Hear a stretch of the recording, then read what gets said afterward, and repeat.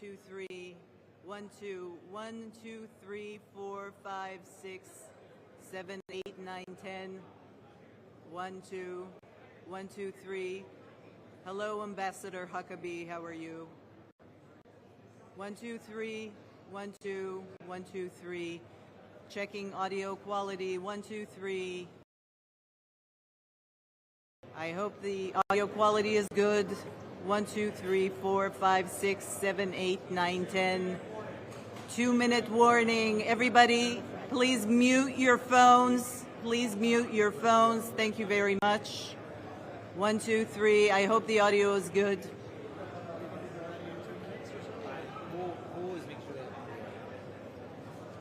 One, 2, 3. 2-minute warning. Yeah.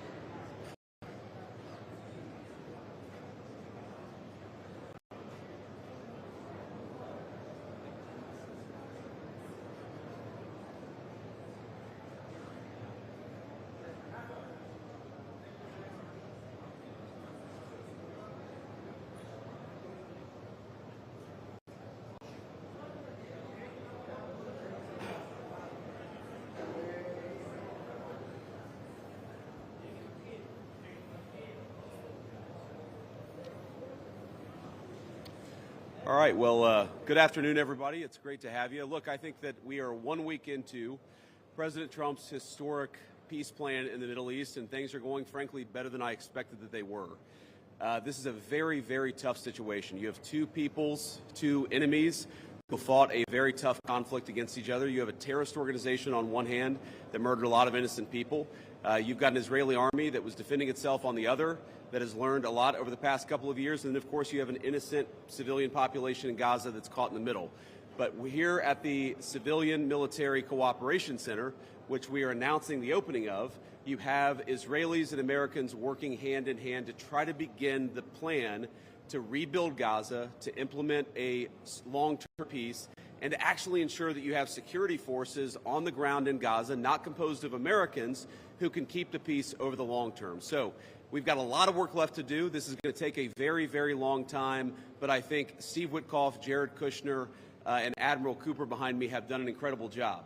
I want to say just a couple of quick things, and then I want to turn it over to Steve Witkoff. Number one, the Israeli government has been remarkably helpful in this. I want to thank them, thank our Israeli partners, and all the folks particularly who are working hand in hand with their American friends here at the CMCC. And number two, I want to say that there is this weird attitude I've sensed in the American media and the Western media where there's almost this desire to root for failure, that every time something bad happens, that every time that there's an act of violence, there's this inclination to say, oh, this is the end of the ceasefire, this is the end of the peace plan. It's not the end. It is, in fact, exactly how this is going to have to happen when you have people who hate each other, who have been fighting against each other for a very long time.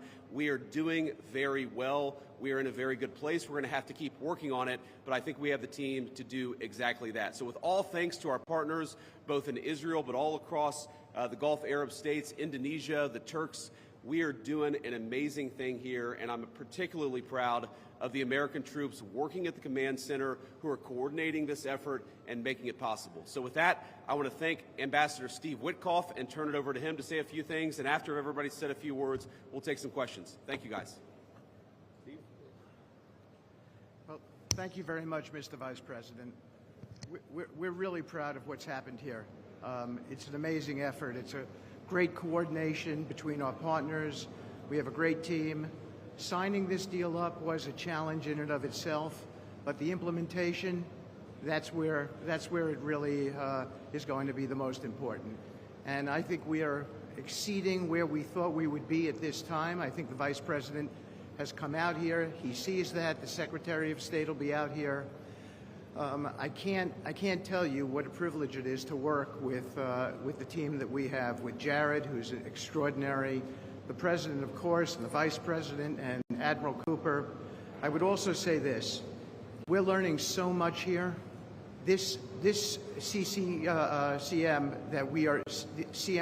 that we're setting up now, this is going to be used in other conflicts as we figure out all the intricacies of how to modulate a peace deal, go from war to peace.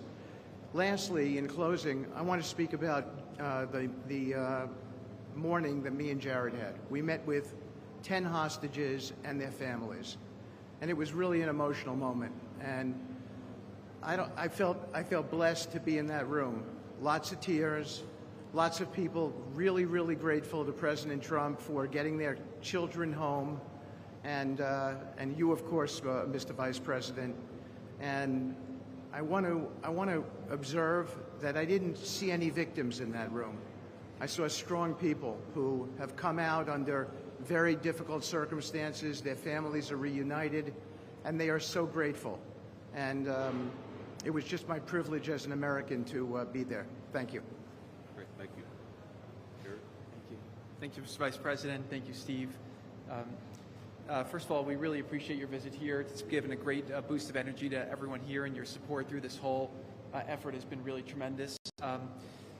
What you see here today is really the opening of the CMCC. This has been something that's been envisioned by CENTCOM. Admiral Cooper will speak about that in a bit.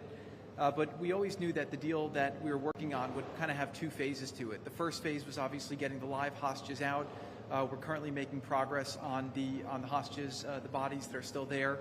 I think almost half are out now, and we had very good meetings with the Israelis. I know the Vice President's here to put a lot of effort into that today to hopefully make sure we can complete that mission in phase two.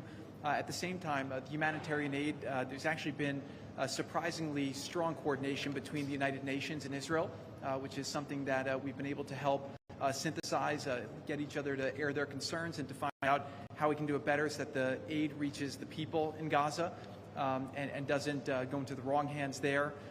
Finally, I'll say that there has already been a lot of efforts over the last years by really concerned people to think about what happens next in Gaza. And there's a lot of great things happening here. More will be released in the coming days. But the most important thing here is to figure out how you really get a good deconfliction coordination center. This really has been a startup. There's been a lot that's been done. It's amazing to think it's only been a week. But I actually, with the pace of work and the commitment of everybody, I think in a week from now you'll see even more progress. I want to echo what the Vice President said about how a lot of people are getting a little hysterical about different incursions one way or the other, but what we are seeing is that things are going in accordance. Both sides are transitioning from 2 years of very intense warfare to now a peacetime posture, and really thanks to Admiral Cooper, CENTCOM, and the CMCC to try to build that deconfliction mechanism in order to make sure that we can get to a proper de-escalation. We have some flags that we put up here. This is not fully representative of the countries that are here. It's happening very rapidly. The people are agreeing to come on board, agreeing to help. People really want to be a part of this, and it's just happening very, very quickly. So we'll try to continue to give the updates as it progresses. But really just thank you to the entire team here who's made all this possible. It's been a lot of sleepless nights, around the clock effort, and it's really been great coordination because everyone believes that it is possible to create something better in Gaza, and we have to believe it, we have to work hard for it, and if we all work hard to do that, then I do believe a great outcome is possible. Well, Mr. Vice President, thank you for joining us here today at the CMCC. Consistent with our Commander-in-Chief's direction, this facility will be the hub for the delivery of everything that goes into Gaza as we look to the future, delivering on the Commander-in-Chief's commitments. 200 of America's sons and daughters who wear the cloth of the nation have stepped up and are serving here. I just couldn't be prouder, and I know that you are as well. Thank you so much. Great. Thanks, Admiral. And gentlemen, we'll take a few questions now. Sir. I wanted to ask about the Turkish role. It's very concerning for Israelis. Turkey obviously has been a supporter of Hamas. What role will they have, and will they have troops that will be on the ground here or in the Gaza Strip? Thank you. Well, I think, first of all, what troops are on the ground in Israel is going to be a question the Israelis have to agree to, and I'm sure that Prime Minister Netanyahu will have opinions about that, but we think everybody has a role to play here. Some of that's going to be financial, some of that's going to be in reconstruction, some of that's just in communication with the various parties to ensure that this deconfliction process actually works and is implemented. We're not going to force anything on our Israeli friends when it comes to foreign troops on their soil, but we do think that there's a constructive role for the Turks to play, and frankly, they've already played a very constructive role. We're very grateful for that. And you asked, they've supported Hamas in the past. No one who is a party to this conflict can look in the past and not point at something that they don't like or that they disagree with. Everybody who's been involved in this conflict can point at one other person. One of these flags can point at another flag and say, we hate that person for various reasons. The way that we're going to get to peace is to focus on the future, which is what the President of the United States has asked us to do. And we think everybody here is very willing to do that and is very eager to engage in that effort. Ma'am. The ceasefire deal took months to negotiate. What do you think the likelihood is that it will last long term? If you had to put a number on it, a percentage. Well, Jared's the investor here. I'm not going to give you a percentage, but look, what we've seen the past week gives me great optimism the ceasefire is going to hold. And if we get from where we were a week ago to a long-term, durable peace between Israel and Gaza, there are going to be hills and valleys. There are going to be moments where it looks like things aren't going particularly well. But given that, and given the history of conflict, I think that everybody should be proud of where we are today. It's going to require constant effort. It's going to require constant monitoring and supervision. That's part of the reason that Admiral Cooper and his team is here, is to mediate these disputes, to mediate these disagreements as they come up. But look, right now, I feel very optimistic. Can I say with 100% certainty that it's going to work? No. But you don't do difficult things by only doing what's 100% certain. You do difficult things by trying, and that's what the President of the United States has asked us to do. Sir. Mr. President, Suleiman Masoud from Cannes. First of all, thank you for brokering the ceasefire deal. Two questions for you. Hamas was supposed to bring back all the hostages within 72 hours. There are still deceased hostages that are still in Gaza. Will you put a deadline for Hamas to bring back all these hostages? And second thing, President Trump tweeted about this today, Hamas killing their own people in Gaza, Palestinians who worked for Israel. What is your warning to Hamas about that? Yeah, so Steve, I'm going to ask you to follow up here, but let me say just a couple of words about the deceased hostages. I mean, one of the stations that I met with, one of the groups that's working on this that I met with earlier, they actually have a photo of the 15 deceased hostages who are still in Gaza. It is a focus of everybody here to get those bodies back home to their families so that they can have a proper burial. Now, that said, this is difficult. This is not going to happen overnight. Some of these hostages are buried under thousands of pounds of rubble. Some of the hostages, nobody even knows where they are. That doesn't mean we shouldn't work to get them, and that doesn't mean we don't have confidence that we will. It's just a reason to counsel in favor of a little bit of patience. This is going to take a little bit of time. And look, our warning to Hamas is very straightforward. The terms of the 20-point plan that the president put out there is very clear. It's supported not just by Israel, but by all of our Gulf Arab friends. It's that Hamas has to disarm. It's that Hamas has to actually behave itself, and that Hamas, while all the fighters can be given some sort of clemency, they're not going to be able to kill each other, and they're not going to be able to kill their fellow Palestinians. Now, again, that's going to take a little bit of time. We're talking about how to set up the security and humanitarian apparatus to put all this in place. But right now, where I stand, I feel confident that we're going to be in a place where this peace lasts, where it's durable. And if Hamas doesn't cooperate, then as the President of the United States has said, Hamas is going to be obliterated. Steve, do you want to add anything about the hostages? I think you said it, sir. Okay, great. Ma'am. From USA Today. Just to follow up on what you were just saying, how much time does Hamas have to lay down its arms before the United States either takes dramatic action or authorizes its allies to do so? Well, look, the president actually put out a truth this morning that I thought was very instructive. We know that Hamas has to comply with the deal, and if Hamas doesn't comply with the deal, very bad things are going to happen. But I'm not going to do what the President of the United States has thus far refused to do, which is put an explicit deadline on it, because a lot of this stuff is difficult. A lot of this stuff is unpredictable. You basically have two regions in Gaza, one of which is relatively safe, I wouldn't say very safe, and one of which is incredibly dangerous. And part of ensuring that we get to a durable peace is to broaden the scope of the area that's safe. And the International Security Force is a big part of that. We don't yet have the International Security Force set up. That's something we're working towards. We have a number of volunteers who want to participate in that International Security Force. So my point is, I don't think it's actually advisable for us to say this has to be done in a week, because a lot of this work is very hard. It's never been done before, and in order for us to give it a chance to succeed, we've got to be a little bit flexible. I think what you're seeing from our Gulf Arab friends, certainly from our Israeli friends, is a certain amount of impatience with Hamas, but we're going to keep on working at this process, and we're going to keep on trying to bring the deceased hostages home, but also make sure that all Gazans are able to live in a prosperous and safe place. Yes? So the White House indicated that actually there is a plan to start rebuilding Gaza, the parts of Gaza which is still under Israeli control. Is it so indeed? And can you tell us a little bit about this plan? How is it going to work? Yeah, Jared, you want to say a few words about that? Great. So, first of all, no reconstruction aid, no reconstruction funds will be going into areas that Hamas still controls. And as far as the demilitarization goes, once the ISF is up, there needs to be a security force that they can feel safe from, that in order for it to be the transition to be complete. So that needs to happen. There are considerations happening now in the area that the IDF controls, as long as that can be secured to start the construction as a new Gaza, in order to give the Palestinians living in Gaza a place to go, a place to get jobs, a place to live. So that's one of the many things being considered. Right now, again, there's been several work streams that have occurred over the last years.